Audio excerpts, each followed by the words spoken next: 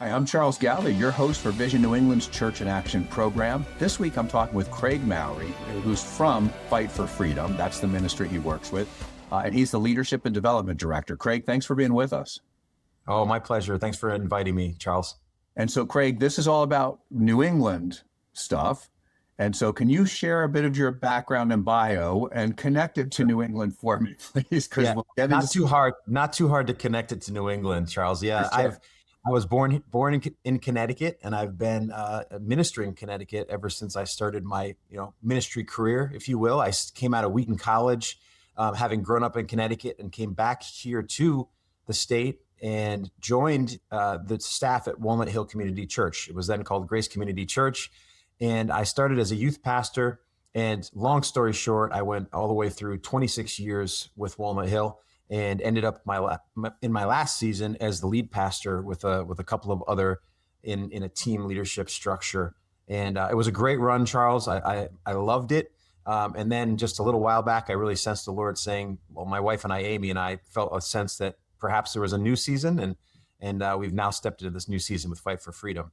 But I've loved working in New England. I still live in New England, still live in Waterbury, Connecticut. Yeah. And for those who may not know, Walnut Hill Community Church is a multi-site church in the greater Danbury, greater Waterbury area of Connecticut. That's right. And so, yeah, and I had the pleasure of actually starting one of our campuses and helping us start campuses. So I got to know a lot of our state and really got to be a part of ministering into the state of Connecticut. And that's really how we got to know each other too. So that's right. So thanks for doing this. I want to talk about some different things, but tell us a bit about Fight for Freedom. What is that? Well, Fight for Freedom started as a vision from a gentleman by the name of George. His nickname is Gita Ignat, out of the country of Romania. He had a transformative experience while he was incarcerated for crimes he committed. The Lord changed him miraculously while he was there. And when he came out of prison in 2018, in 2019, he started the ministry Fight for Freedom. And his initial desire was to really have a place for those coming out of prison to be able to somehow hit the ground running and not fall back into the system. Romania, like so many countries around the world, has a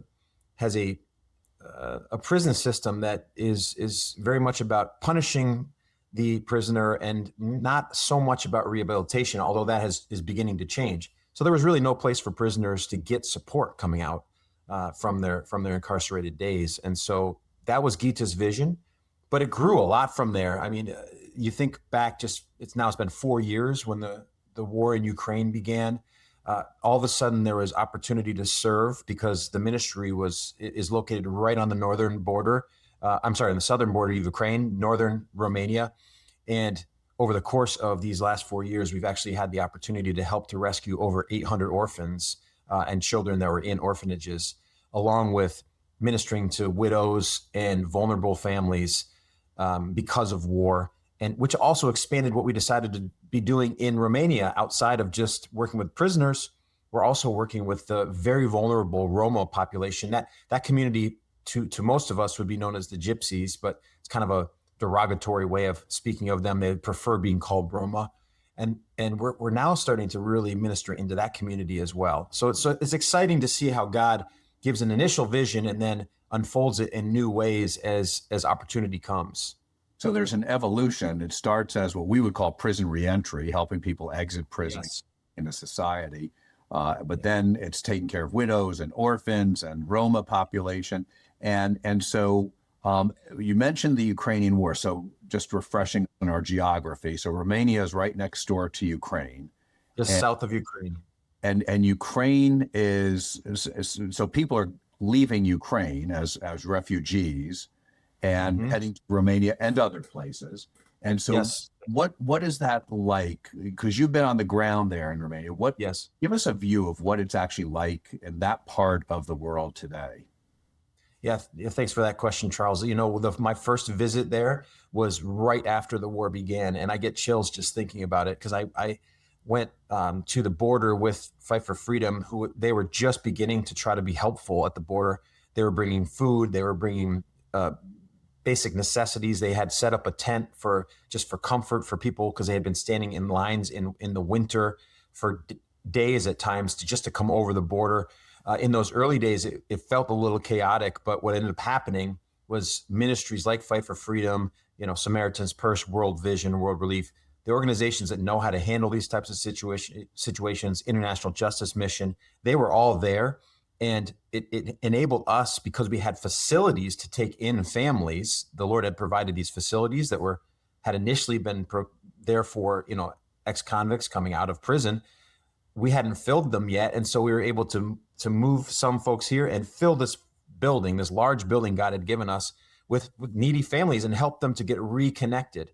And that led to actually being able to go into Ukraine with the help of the government to bring to we say orphan rescue, because it was literally while bomb sirens were going off, we were taking kids out in buses to bring them back to Romania to safety. Because at the time, what was happening was, Russian soldiers were instructed to go, not all of them, but some of them were going and actually taking Ukrainian orphans back to Russia, which you've seen in the news, but we haven't seen in a long time.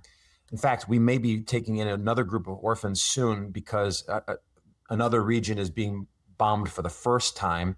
And there's not many places that can take these children. So we're hoping we may be able to take in 40 more in the next few months. And the Russians are not just taking orphans, they're just taking kids. No, just taking kids. That's right. And they're really taking vulnerable people and, trying to bring them into families, bringing them into Russian culture. This is kind of these are war crimes that are happening, here in the 21st century in 2025 and 6. It's hard to believe, but this kind of thing is still happening. Yeah, they're trying to destroy a culture, which is genocide. That's right. And so, so you're seeing in these first days of the war, you're seeing. Yes. All right. Mm-hmm. That's, I think, part of what led to your calling. It was. And so, absolutely. That. Yeah, I mean, that was such an eye-opening experience to see that happening. At the time, what the church, Walnut Hill, was doing was looking for ways to be involved in the war effort and to really just to care for people. Well, you're still at Walnut Hill at this I'm still at Walnut Hill, exactly. So I'm going as the missions pastor, basically, or representative from the lead pastor team, to go see what can we do as a church. And so we immediately got involved with Fight for Freedom, supporting them in humanitarian aid, but also with these orphans that were coming over from Ukraine. And it brought me back there a couple of times, including bringing my wife one time as we went. And all of a sudden, our heart was starting to warm for this ministry. And it was more than just those Ukrainian people that were being cared for, but we're starting to see this expanding ministry to the Romanian people. We talk about the most marginalized and vulnerable people, in that part of the world. All of a sudden, as I'm sensing the Lord saying to Amy and I, we should be praying about what is next. We're talking with our friends here in the States who are connected to this ministry, and an opportunity opens up. So we really saw the hand of God. Charles, there was a moment where I felt like the Lord was saying, practice what you preach, Craig. And one of the things I've preached for many years is this concept of follow Jesus. You don't wait to follow Jesus, even if what seems to be being asked of you seems a little far-fetched. Like for us, leave your job, your very comfortable job in a church that you've invested all these years in, without knowing where you're going. And that's what we did. And then we got to see the hand of God at work. And it's going to be part of our family story, because we got a chance to really step out in faith. And the Lord actually didn't only provide, he provided abundantly. It just quite amazing. And now we're about not quite a year in, about 6 months, 7 months into this ministry. And we're saying, wow, Lord, you gave us more than we could have ever imagined. And both my wife and I being used in ways that we were really trained for in church, passion for children and youth, which came early in our time there. Ability to fundraise. I mean, that's something that I got taught by a master in fundraising, the Reverend Dr. Clive Calver. He was incredible at that. Leadership development. I got to develop a course on leadership development at Walnut Hill, and I'm using pieces and parts of it to help the staff, particularly in Romania right now, kind of update how they do ministry for this next season as they've grown. They grew so fast, and now they're having to kind of operationalize that growth. And I get to come in and bring wisdom and experience that I've learned in the church. So, and then the passion for the world came through being so involved in missions at Walnut Hill all those years, and now I get to focus a little bit more on one area of the world. So we're grateful, Charles, really grateful. And of course, Walnut Hill, sorry, has a heart for those affected by disability. And in a word, Yes. people affected by disability are even in worship. I know Johnny and Friends is there. Are you guys connected with Johnny and Friends all in your work? We are connected with Johnny and Friends, although we're looking to become more connected with Johnny and Friends. But we are connected with this organization called Star of Hope, and they are doing some wonderful work with special needs ministry, and we're coming alongside of them. And we're hoping actually to open a special needs center on our main campus at some point in the future, where it's a future vision that we believe the Lord is calling us to really truly investigate. You know, it's on the heart of Gita, our founder, and we're really, I believe the Lord is going to take us into that. There's such an opportunity, and we've been open to it even through the children that have come from Ukraine, because many of the kids that are still with us are those who have profound disabilities, and so we have a smaller group of children, but in a lot of ways a more needy group of children that we're ministering to in our main campus in Vrest, Romania. So it's a wonderful way the Lord's opened that door for us. Can you give us some sense, because we all see the news, and of course these days it's not as much in the news, even though it's still happening, just because Yep, of that's right. shadowed it some. And so what's the scale of the problem? How many, do you have any data on how many people are coming across the border even today, or what kind of needs they're having, anything like that? Yeah, so our border the border that we're connected to has slowed down a lot in folks coming over the border because the war has shifted, for one, and we're a bit more of a rural area, and so there might not be as many opportunities for folks coming south. We know that the border to Poland is still, a lot of people still flooding that direction. Okay. So, you know, the need is still there, and in a major way. And this is how I would describe it, Charles. You know, one of my colleagues was there just a couple of weeks ago, and two things that she reported back. I haven't been there in a little while, so it was so good to hear her experience. She reported back via video of a place where she was standing on what looked like a normal street, but you turn around and you see a home just completely bombed, and she says this house was standing strong yesterday.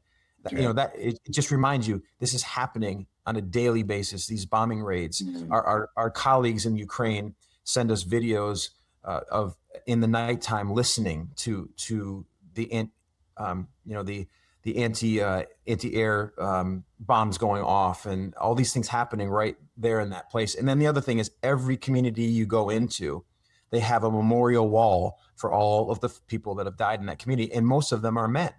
And so you're seeing that there's going to be so much need for such a long time. It's not just about when the war ends. May the Lord end it quickly. It's going to be after that. There's going to be so much trauma that people are dealing with. And so our teams that are on the ground there, and we're in 4 different locations in Ukraine, is doing a lot of trauma relief work. It's not like they can rebuild very much yet, because they don't know if something's going to come again in the regions that they're in. Yeah. So it's an intense environment still, and it's true. It's easy to forget it because it's not the main thing on the news, but it's these things are still happening on a daily basis. And rape, torture, and terror are tools of the Russian military. That was true in World War II, and it's true again today based on the news reports. And so are you seeing that in some of your work too? We are. We're coming across pastors in particular who have gone through these types of things, trying to get pastors to not so much turn on Jesus, but turn on their people and try to convince their people that this is a good thing that's happening and that they should just surrender. And so we've spoken to numbers of pastors who have gone through that kind of thing. So much of the rest of what you're talking about unfortunately ends up being hidden. And I'm sure what we're going to find out is that a lot more of this has been going on than we ever thought or imagined. I have a feeling that we're going to see the results and have to deal with the consequences in the days, years to come. And so now you've got specific needs today in addition. So you're right, very clearly, I think, based on what you're saying, there's going to be big needs in the future. There's big needs today too. What are There some are. you have today and how are you guys meeting them? Yeah, I mean, the so if you were to ask me, Craig, where are the biggest funding needs? The funding needs are more in the work we're doing in Romania than they are in Ukraine, and that's because even though it's not in the news as much, we do have it's enough. Things are happening enough in Ukraine that people are aware of it, and there's help there. But I'll tell you, if you were to ask my Ukrainian team, what is the greatest need we have right now, and they're going to say without hesitation, peace. And that might seem like a cop out, Charles, but it's not. That's what they're praying for every day. When we get off our phone calls with them, they're saying, we hope to see you again. Every time we get off the phone, because they don't know what tomorrow is going to bring. Yeah. So they want to be able to have the freedom to start to rebuild, to start to heal, to start to bring care to those who need care, to start to bring Jesus into the communities where the churches have been lost, where the comfort to come together has been lost. So that's the biggest need for that group, for sure. And is it as black and white, it's just peace, meaning we want to stop fighting, or peace and the Russians are gone? Oh, definitely the second. Definitely the second. Yeah, because I don't think they see a possibility of peace without the Russians gone. Yeah. The fighting can stop, but it ain't peace. That's right. That's right. They want to go back to their lives. They are Ukrainians, and they're not something else in their minds. And we've always recognized them as such. They want to live as Ukrainians in their country. And, this is what I found in places where this kind of thing is going on. And I've had some experience with going into places where either war has happened or is happening. And the people who are experiencing the war firsthand don't really care where the help is coming from, but they just want help. They want to know that they're prayed for, cared for, loved, and helped in every way. They just want to return to some normalcy. And that's what I think our friends over in Ukraine are desiring, hoping for, praying for every single day. They want to get back to some form of new normal. Yeah. And that's the call of the church. I always go back to Tim Keller's definition of love. If we're called to love other people, he I think describes it in biblical language, and language that's not necessarily biblical language, but helpful language, disadvantaging ourselves to do good for other people. It's a great definition of love. We know love by this, Jesus Christ, sacrificial, but disadvantage, I think, helps us get more practical. And so there is a need. If you love me, I need you to disadvantage yourself. If I'm in a war zone, my kids are in a war zone, my family's in a war zone.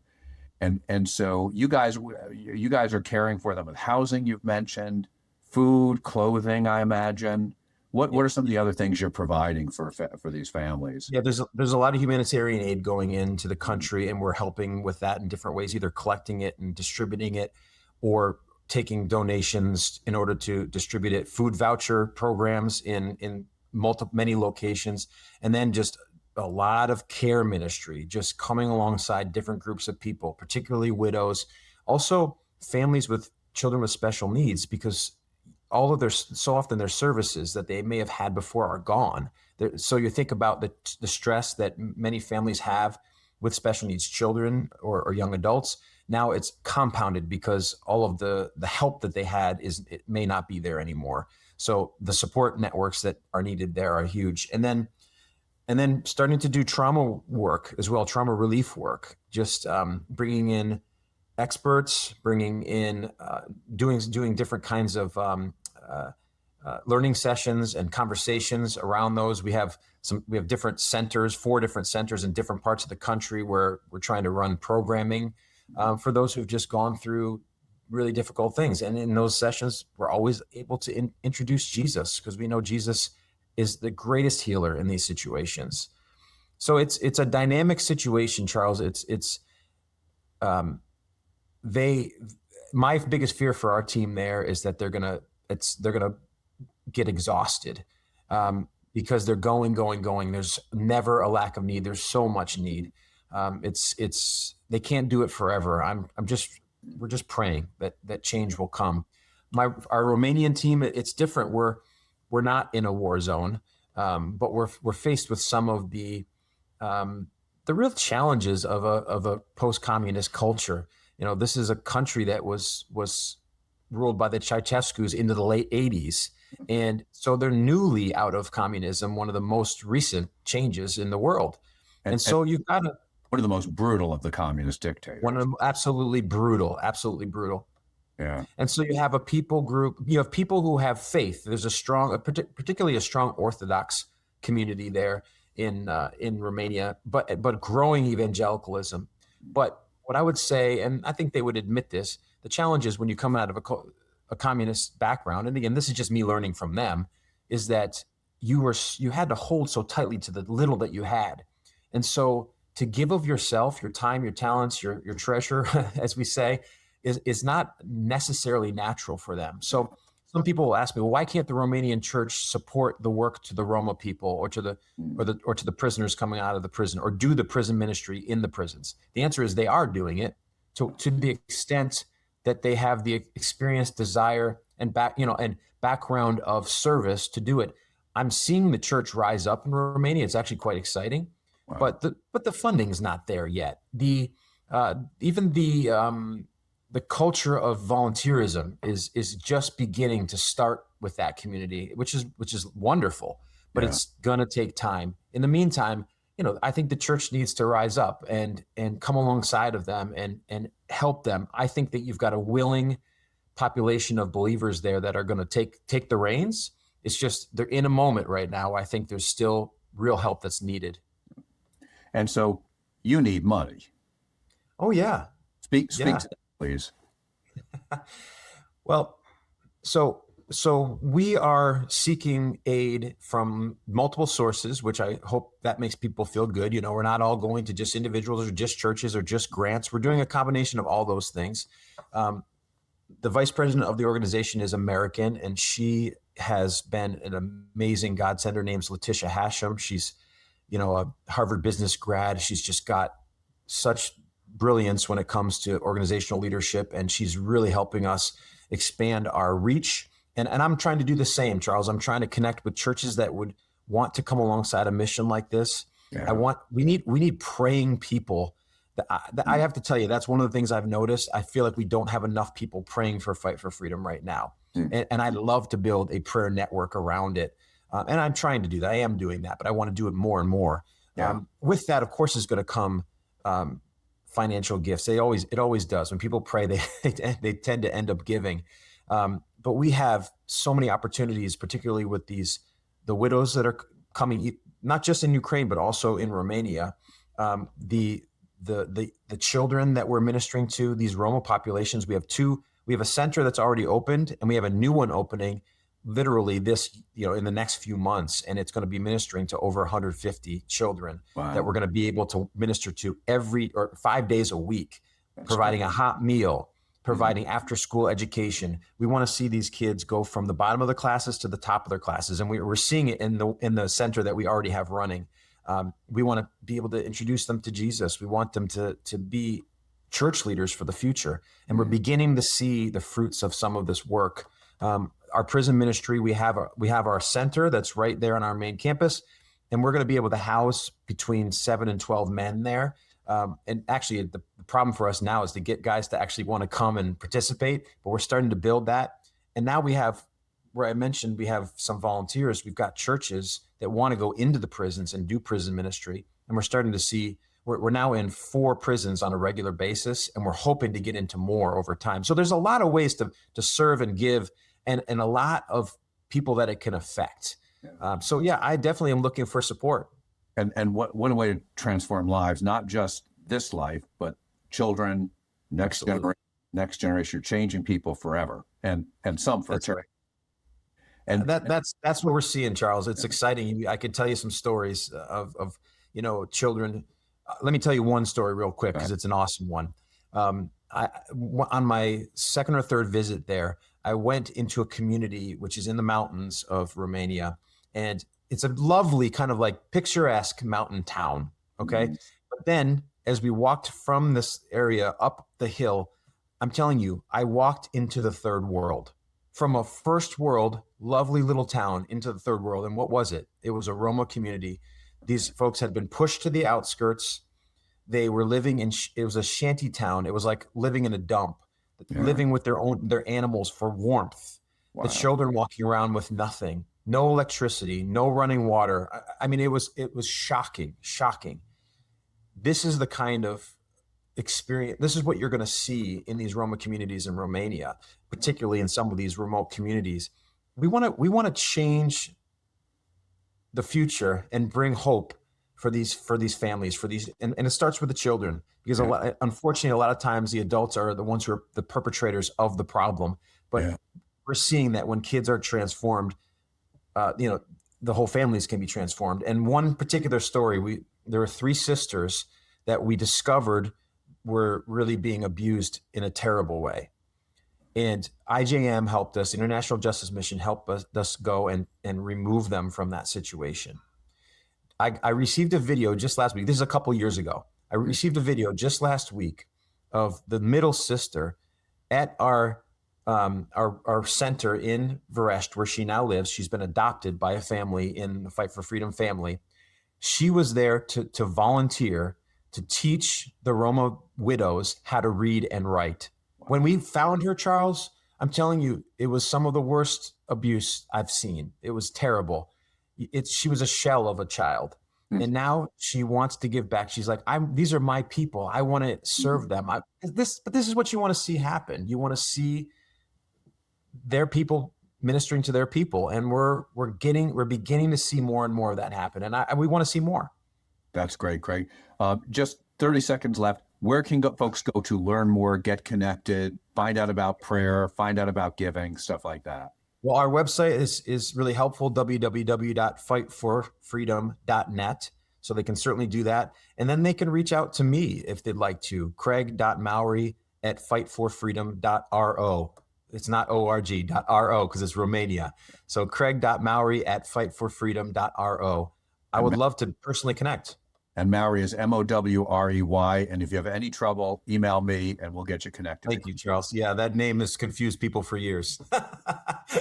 Galda is much better, but okay. No. Craig, thank you so much. Thanks for your ministry in New England over decades. And thank you for the work you're doing from New England to a really important part and needful part of the world. So thanks for that, Craig. God bless you. Listen, I appreciate the time and opportunity to do this, and I hope that it opens up doors to serve these people. Amen. Thanks. Amen. This program is created by Vision New England, which accelerates evangelism by helping the church work in unity to make disciples, do justice, and share Jesus, so New England will be transformed by the love of Jesus. You can find additional resources and support our mission at visionnewengland.org. We want to thank our friends at World Vision, who are celebrating 75 years of God's faithfulness and trusting Him with a worldwide vision to end extreme poverty for children everywhere. Join us next Sunday at 2 p.m. on Life Changing Radio. Thank you and God bless you. At Leadership Transformations, we believe that when you have the right resources to help you slow down and experience a deep and refreshing connection to God, you can become the discerning leader you know you are created to be. Friends, Steve Macchia here, and I have a free gift for your soul. It's called Pathways. Pathways is our weekly email aimed at offering you soul-nourishing content for the journey. It contains readings, prayers, spiritual practices, a link to the Discerning Leader podcast, as well as information about all of our upcoming soul care retreats, workshops, and online offerings. So head on over to leadershiptransformations.org today and sign up for this free resource. It will help you slow down and be more. God bless you, friends.